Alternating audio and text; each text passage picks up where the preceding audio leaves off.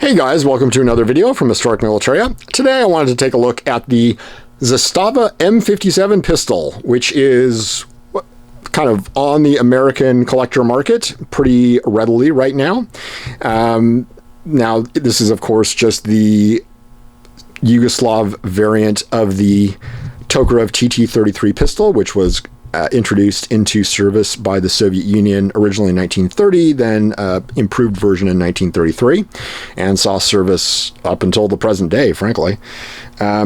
The Soviets originally gave the Yugoslavs a lot of Tokarev pistols that were Soviet-made up until about 1954, when there was a split between Tito, who was running the Yugoslavia, and the Soviet leadership.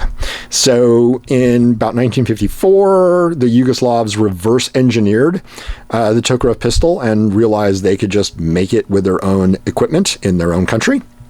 However, they were busy making rifles, submachine guns, and things that were much more important than just sidearms at the time. So they kind of shelved the project until 1957, when Zastava took another look at it and decided, hey, we can actually make this a better gun. And they added a few things to it. However, they really didn't get up and running until 1960, when the first units kind of started showing up. And then it wasn't until 1963 that serial production was going, and they were made until the early to mid 80s, and production stopped then, with about 260,000 having been made. Now, the difference between the Yugoslav M57 and the Soviet or Polish or Romanian Tokarevs is fairly minor, but it is significant. The main thing that you're going to see on the Yugoslav variant is it has a longer grip. And that is because it is a 9-round capacity magazine versus an 8-round. And Yugoslav magazines cannot be used in any other variant of Tokarev, as far as I know, and definitely the 8-round variant will not work in the Yugoslav version. So the one nice thing about that is that actually, other than just one round, it gives you more real estate for your hand, because Tokarevs are kind of notoriously short in the grip, and they don't feel that good to hold generally. But this is actually a much more comfortable weapon to handle in terms of that. They also added a magazine safety, so when you have your magazine out of the gun, you actually, if it'll actually come out,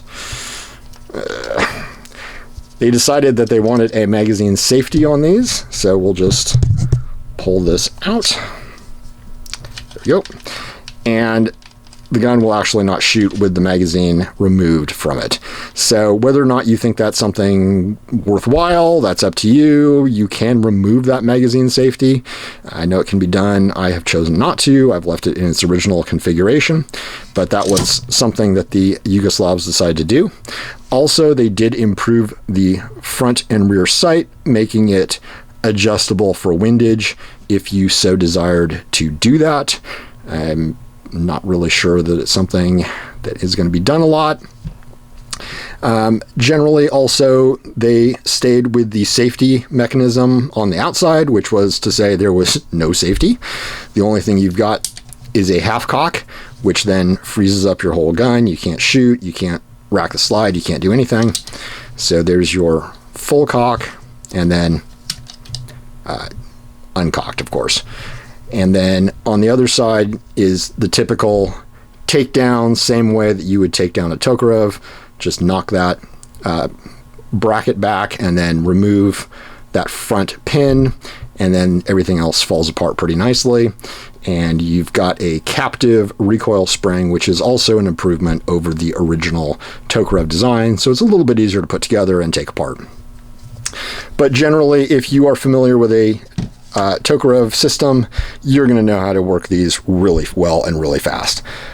You will find them in a few variants that come over into the United States. Like I said, you're getting ex-police stores, and I do think you are getting some ex-military stores as well. So one thing you're going to find on the police guns generally is no lanyard loop down here. Some look like they were never made with one. Others look like it was removed. You're also going to find these commercial style grips. That is the Zastava logo, actually. And then you're also going to find ones that have the original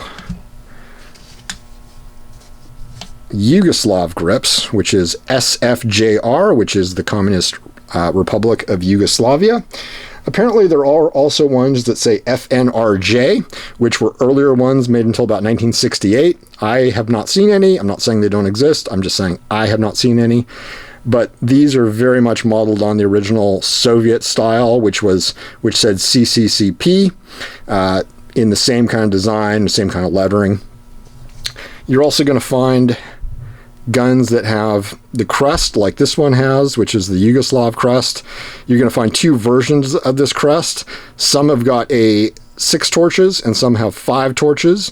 And that change happened in about 1968. You're also going to find ones that have no, let's see if we can find one. Here we go, like this guy right here, which actually has no crest on it whatsoever. And this would be more akin to a police gun than a military gun. However, your markings on the outside are going to be the same across all of them.